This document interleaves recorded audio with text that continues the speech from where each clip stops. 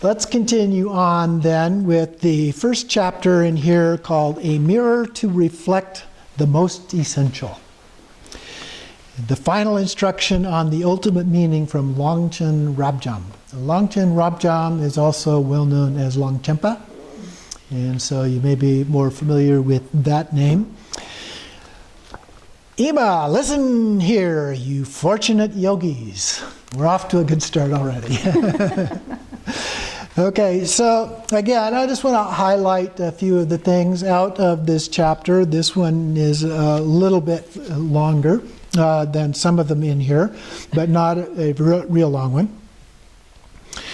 Do not squander your life on pointless things. It goes back to the nundro, the uncommon or the common nundro of precious human life. You know, that's one of the focuses of that is don't squander your life. You know, this life is short, it's fast, it's like a flash of lightning. So take advantage of that. And of course, one of the things we emphasize in the natural liberation class is that it's not all about sitting on the cushion.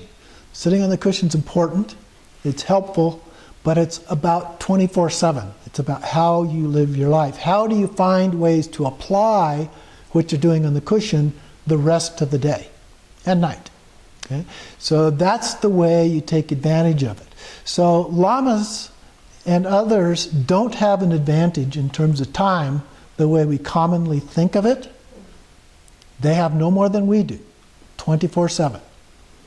They may have more freedom of time to be able to do some of those things, but if you apply what you're learning and doing on the cushion, you can do that as many hours a day as they do.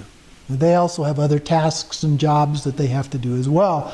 So it's not like they have 24/7 just to study and practice. Okay?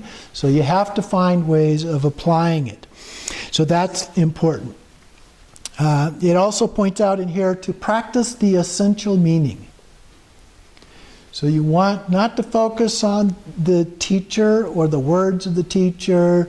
You want to focus more on the meaning, and not just the meaning, but the essential meaning. The ultimate meaning of the words is what is important. So again, don't get caught up in the details, in the minutiae of this. Then you achieve a state in where you feel like nothing more is needed. At some point, you reach a stage of contentment.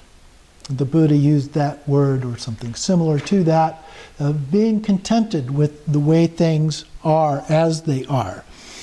And noting that death could happen at any time. And so, again, the idea of precious human life and impermanence and death, we don't know when that's going to happen. It may happen a long time from now, but it could happen when we walk out the door, get hit by a car. So we never know what's going to happen or when it's going to happen. So you have to tame your own shortcomings and cultivate an impartial, pure perception. Okay? In the Dzogchen perspective, the idea is to focus on pure perception. So we make aspirations with ceaseless compassion and bodhicitta. We generate devotion toward the Guru, exceeding even that of meeting the Buddha in person. It's often said that because the Guru is here and the Buddha, the historical Buddha, is not, the Guru is of more value. They're more precious because of that they're here to give the teachings, whereas the Buddha is not here to give those teachings. Okay? So in a physical sense, that makes sense. So you want to mingle your mind with the Dharma. And I often talk about that we are changing our worldview. Our worldview becomes a Dharma view. How we see everything, everyone. We use the phrase sacred outlook or pure view, where you see all beings, not just human beings, but all beings as Buddhas. You see this whole environment as already being a Buddha field. All sounds are like mantras. All thoughts are like the thoughts of a Buddha, the wisdom of a Buddha. And so you begin to take on that quality as you mingle your mind with the Dharma, as this phrase in here uses. It says to keep to the bare necessities. Nothing else is really needed. Practice Guru Yoga and supplicate one pointedly. Direct everything, every spiritual practice to the welfare of all sentient beings. So that is the altruistic intention that is a part of this tradition, and just as it is the others as well. And then let be, let go. One of the most common expressions that you run across in Dzogchen is let go and let be. Just let it be as it is. You don't try to do anything. Just uncontrived and free of fabrication. Thoughts dissolve as the play of Dharmata. You just let them go. And you notice that thoughts go. They don't stick around. You're not thinking the same thing that you were thinking 5 years ago. You know? Not the exact same thing continuously. So they come, they go. Just let them be and let them do that. Make sure that every aspect of your daily activities is embraced by an undistracted presence of mind. So you always want to be mindful and aware of what you're doing, what's going on. Whatever occurs and whatever you experience are insubstantial and magical illusions. We talked about that in the path of Tantra. Everything, particularly in Dzogchen, is seen as an illusion.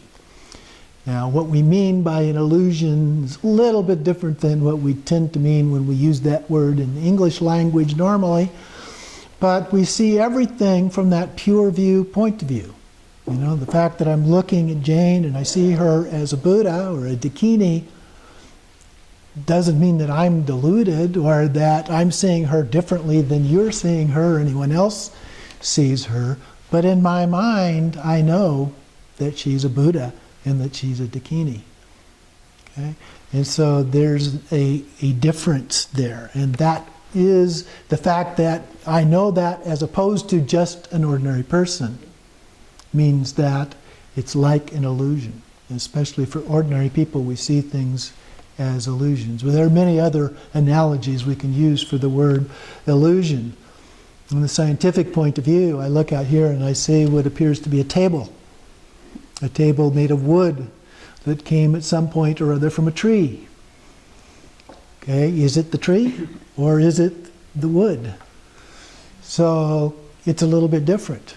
If I happen to be an atomic physicist, I would probably look out there and see a bunch of atoms. Not literally, but I would know, I mean, my consciousness would be aware that everything that exists in material form consists of atoms. And that would be my way of seeing things. It's an illusion. It looks like a table, but it's not a table in an ordinary sense. Well, the Buddha talked about the fact that when we look at things, we look at them as if they were permanent.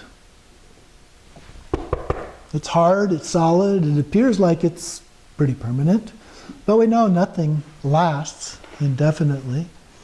Or it can be broken down into parts, or it can change in some way or other, so it's really not permanent.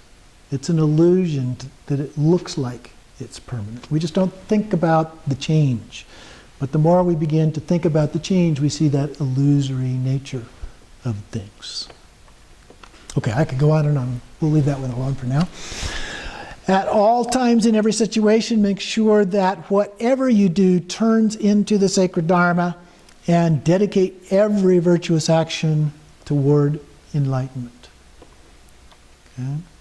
So as we're paying attention, we're being mindful, we're being aware, and periodically we dedicate the merit of that. We said that we should at least dedicate the merit once every 24 hours.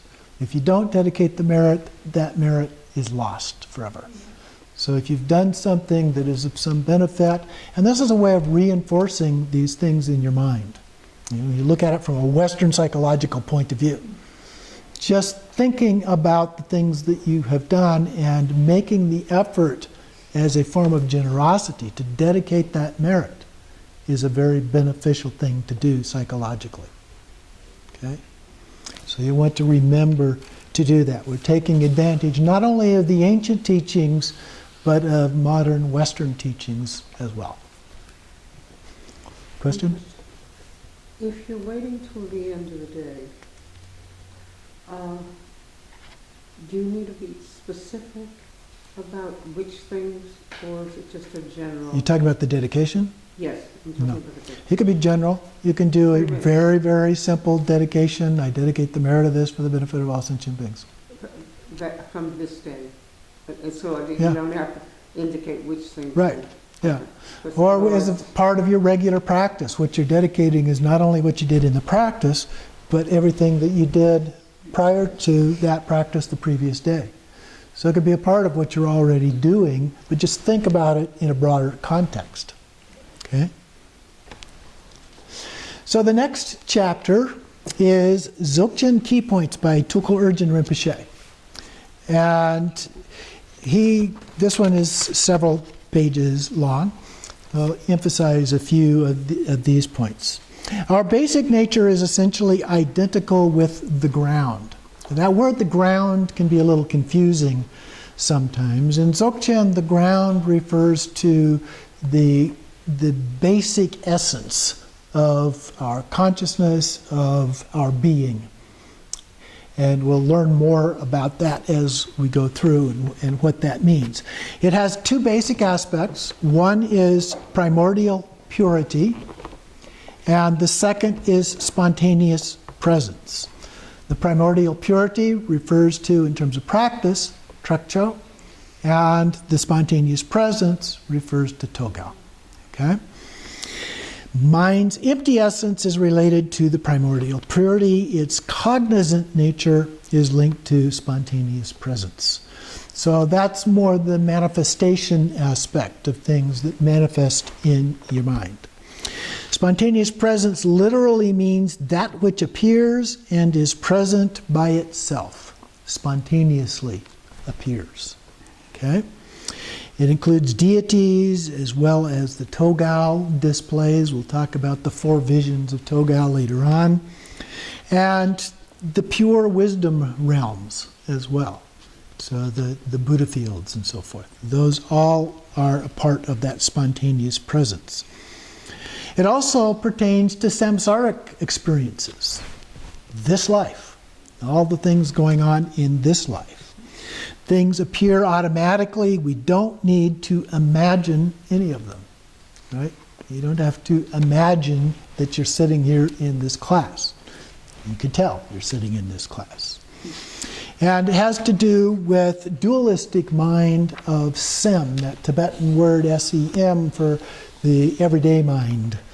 Not to confuse it with ordinary mind, which is the same thing in English, but in Zen means something entirely different. So we have pure awareness.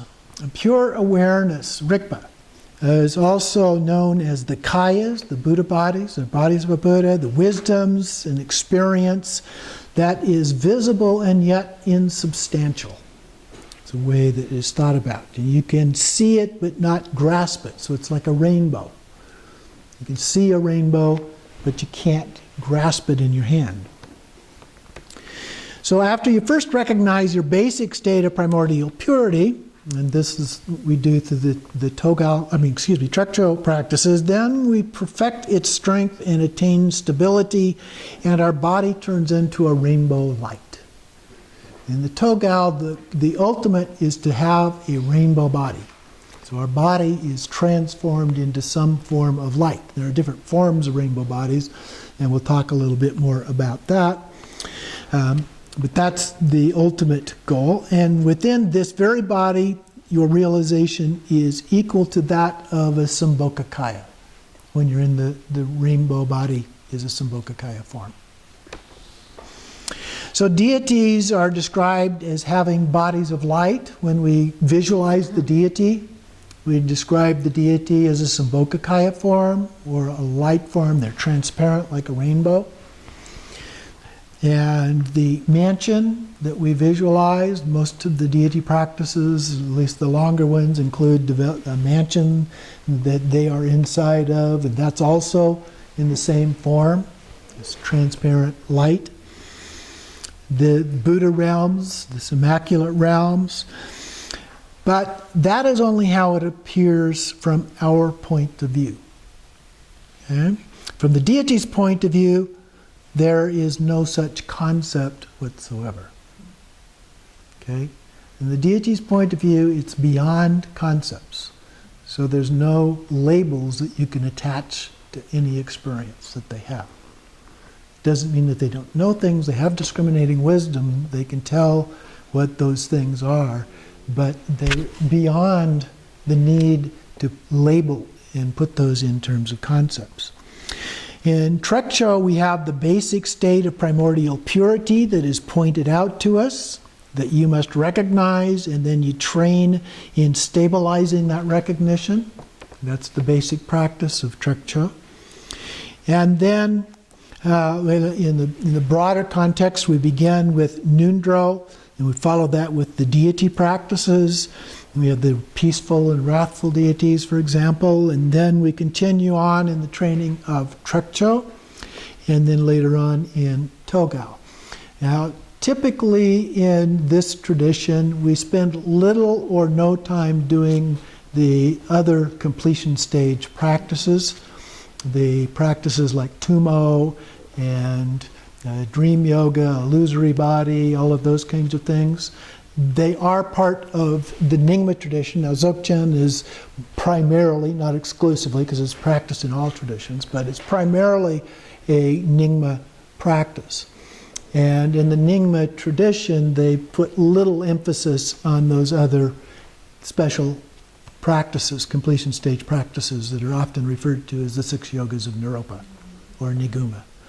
So they do them, they are part of their tradition, but that's not the emphasis. The emphasis is after the generation stage, going more directly into the Dzogchen practices as the completion stage practices, if you will.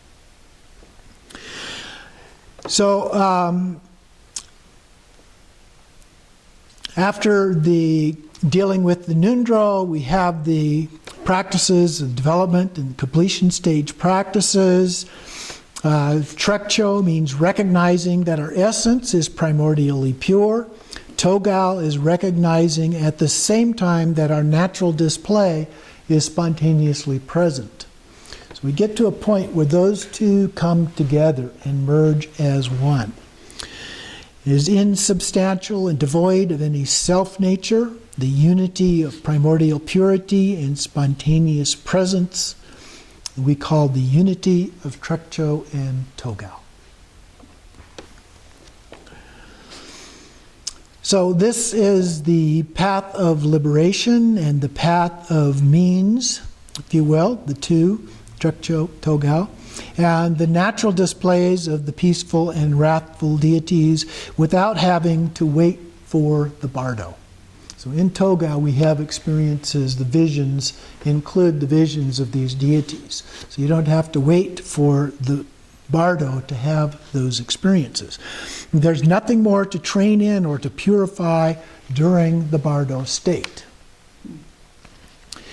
So we don't finish with Trekcho. There's no completion of Trekcho. You continue on doing that for your entire life.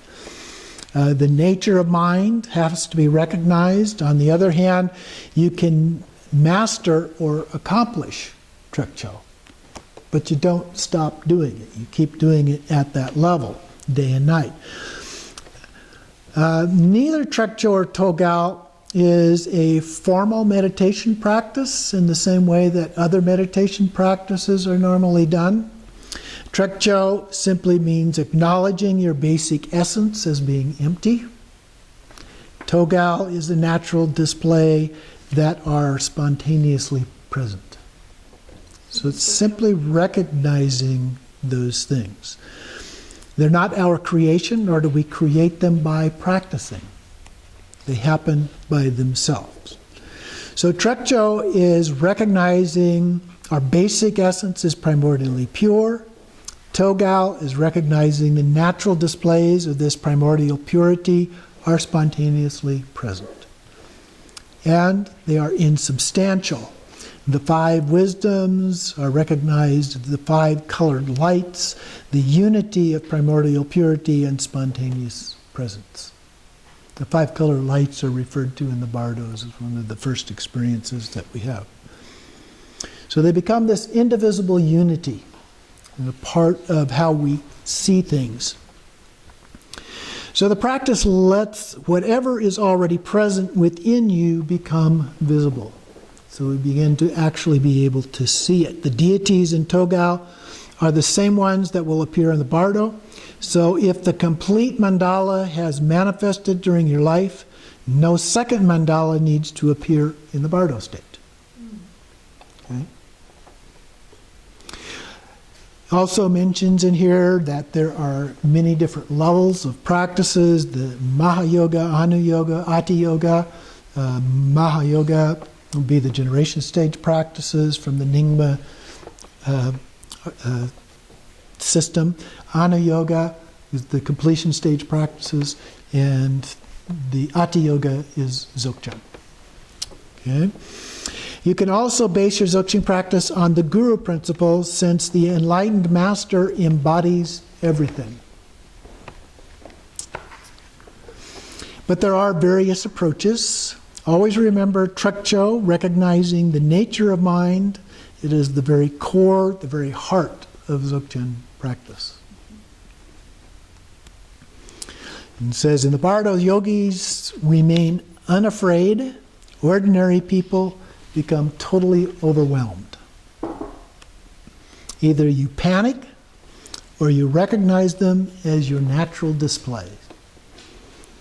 And practice in this life so that you grow familiar with your natural displays. It's a little bit like the Dzogchen Panlop Rinpoche says, plan A and plan B. If you recognize them in this life, that's plan A. You can achieve enlightenment in this life. But if not, these practices also help you in the Bardo. Okay? If you get to the Bardo state, then these practices help with that. So there's always both elements in every practice. And it's helpful in both ways, everything that we do. And you can also cross the Bardo successfully if you have become fully trained in Mahamudra and the 6 doctrines, or the 6 yogas, as we usually refer to them. But success is guaranteed if you have attained stability in Trekcho and Togal. Trekcho is recognizing the dharmata of mind, and the colors and lights are all dharmata's natural displays. In the Togal, when we get to the visions, there's these colors and light experiences that we have. And they appear in the Bardo as well. They're visible but insubstantial. So those are the comments by, forgetting his name. Tulku Urgyen Rinpoche. Thank you.